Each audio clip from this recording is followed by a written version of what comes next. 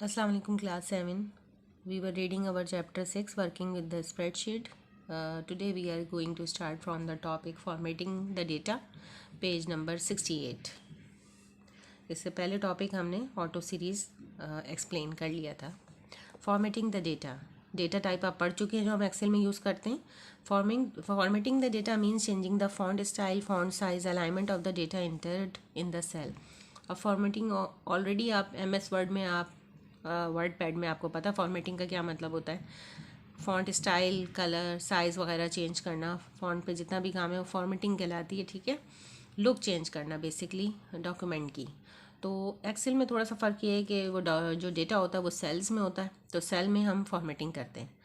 Font formatting. अब font किस तरीके से फॉर्मेट कर सकते हैं, इसमें भी एक बार आपको नज़र आएगी. फॉर्मेटिंग टूल बार जिस तरह के वर्ड में होती है वैसे इसमें भी है, जिसमें से आप फ़ॉन्ट वगैरह सेलेक्ट कर सकते हैं. Look at this is the bar. Font यहाँ से आप ले सकते हैं ड्रॉप डाउन करके. ठीक है. अब उससे पहले आप क्या करेंगे, सेलेक्ट द सेल और डेटा रेंज.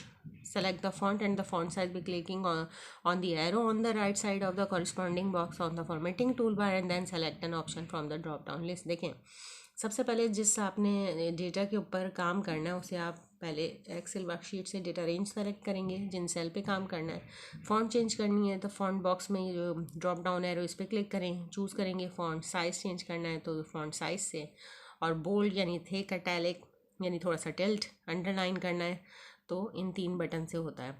इसके अलावा अगर अलाइनमेंट करनी है तो अलाइनमेंट आप ये 3 अलाइनमेंट बटन हैं उससे आप सेल की अंदर की अलाइनमेंट चूज़ कर सकते हैं.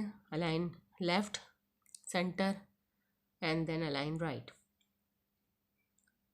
अब इसमें एक और चीज़ होती है मर्ज एंड सेंटर. ये आपको बटन नज़र आ रहा है मर्ज एंड सेंटर. वो इसलिए यूज़ होता है क्योंकि सेल छोटा होता है और अगर हमारा टेक्स्ट कुछ लंबा है या हम हेडिंग देना चाह रहे हैं सेल्स के ऊपर तो उन सेल्स को हम मर्ज करते हैं और उसमें जो डेटा दे रहे हैं वो सेंट्रली अलाइन हो जाता है इस वाले आइकन से. ठीक है.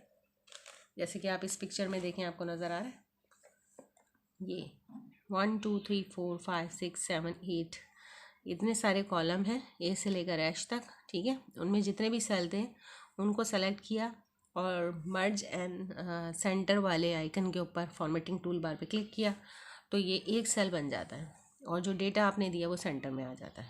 ठीक है. तो एज अ हेडिंग अगर हमें चाहिए हो या टेक्स्ट हमें लंबा लिखना है, सेंटेंस लिखना है तो हम मर्ज एंड सेंटर का ऑप्शन यूज़ करते हैं. नेक्स्ट टॉपिक है using formula in the worksheet. Formula किस तरीके से हम वर्कशीट में लगाते हैं. To perform simple calculation in worksheet we make use of formula. अब कैलकुलेशन अगर हमें करनी है तो हम फार्मूला यूज़ करते हैं. कुछ फार्मूला प्री डिफाइंड होते हैं जिनको हम फंक्शन कहते हैं और कुछ हम फार्मूला बना सकते हैं.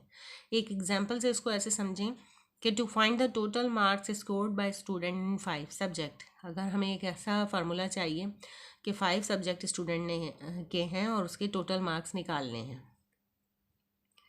Enter the detail like roll number, name, mark in 5 subject in column A to G respectively in a worksheet. अब वर्कशीट में कॉलम नंबर A से लेकर G तक हम लिख लेंगे जो हमें मार्क्स लिखने हैं.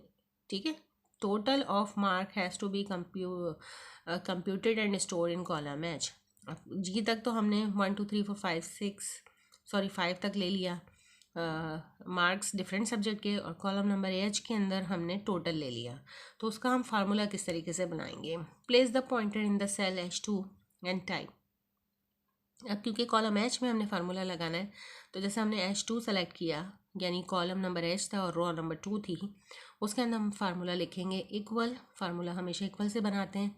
अब हम जहाँ पर हमारे पहले नंबर का मार्क्स थे पहले सब्जेक्ट के वो सेल था C2 बोलेंगे, फिर दूसरे के D2 उसके बराबर वाला, फिर प्लस के बाद E2, प्लस के बाद F2 और प्लस के बाद G2. यानी 5 सब्जेक्ट के मार्क्स हमने जिन सेल में ऐड किए थे हम उन सेल का एड्रेस लिखेंगे और बीच में प्लस साइन लगा देंगे और शुरू में इक्वल लगवाएंगे. तो ये एक फार्मूला है जो हमें कैलकुलेट करके इन 5 सब्जेक्ट का टोटल सेल नंबर H2 में total number of marks obtain result आ जाएगा. और जब हमने ये सब टाइप करते हैं सिर्फ एंटर प्रेस करते हैं तो हमारे पास रिजल्ट आ जाता है. The sum total of mark inter in column C, D, E, F and G appear in the column H. वही जो मैंने आपको भी बताया कॉलम H में आ जाएगा. दूसरा टॉपिक है फार्मूला आपको बनाना आ गया तो कॉपिंग दी फार्मूला को कॉपी कैसे कर सकते हैं। Suppose you want to find the total marks for each student in class, enter the respective detail in all the column for other student in subsequent row. Now you can copy the formula typed in cell H2 into the other cell in a column H. To copy the formula, click the mouse pointer in the cell H2, position the mouse pointer at the border, up plus sign appear, drag down the autofill handle in column H till the last cell is reached while pressing the left button of the mouse. The formula get copied down with the relative total appearing. देखिए मैं आपको इसको इस sheet पे ही समझा देती हूँ पहले। जैसे कि ये एक मार्कशीट है, अगर आपको मार्कशीट एक से ज़्यादा स्टूडेंट की एक ही जगह चाहिए, रिपोर्ट्स चाहिए पूरी क्लास की, तो हमने उसमें डिफरेंट कॉलम ले लिए। ए में हमने रोल नंबर लिया, बी में हमने नेम, या अभी ऊपर जो है ये सिर्फ हेडिंग्स हैं। सी में मार्क 1 यानी सब्जेक्ट 1 के मार्क हैं, डी में M2 मार्क 2 है, फिर ई में मार्क 3 है, एफ में मार्क 4 है, जी में मार्क 5 है, 5 सब्जेक्ट हैं और यहाँ टोटल है। तो अभी जो मैंने आपको फार्मूला बताया था वो ये था कि इन तमाम सेल में जिसमें ये पहले बच्चे इमरान हैं इसके मार्क्स लिखे हुए हैं, ठीक है। तो हमने यहाँ पर फार्मूला लगाया H2 में। H2 में हमने क्या लगवाया था, इक्वल के बाद हमने लिया था C2 प्लस D2, ये सेल एड्रेस है, प्लस E2 प्लस F2 और प्लस G2, और फिर एंटर किया था तो ये हमारा total number of mark obtained by Imran आ गया था। अब हमें और बच्चों के भी लेने हैं तो हम सिर्फ यहाँ तक काम करेंगे कि बच्चों के नाम एंटर करें और उसके बाद उनके मार्क्स 5 सब्जेक्ट में लिख दें। फार्मूला हमें दोबारा लगाने की ज़रूरत नहीं है, फार्मूला इसके पीछे ऑलरेडी पेस्ट है। सामने तो आंसर आ रहा है, इसके पीछे इस वाले सेल के पीछे ये जो H2 है इसके पीछे फार्मूला पेस्ट है।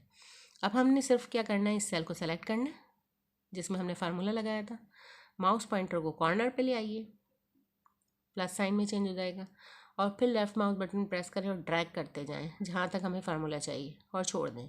तो एक्सेल सेंसिटिव सॉफ्टवेयर है, वो खुद ऑटोमेटिकली फार्मूला पेस्ट होगा, लेकिन फार्मूला इन सेल्स पे वो ऑटोमेटिकली इन सेल्स को पिक कर लेगा जिन पे हमें फार्मूला चाहिए, और हमारे पास रिजल्ट हर स्टूडेंट का आ जाएगा। इस तरीके से हम फार्मूला पेस्ट करते हैं।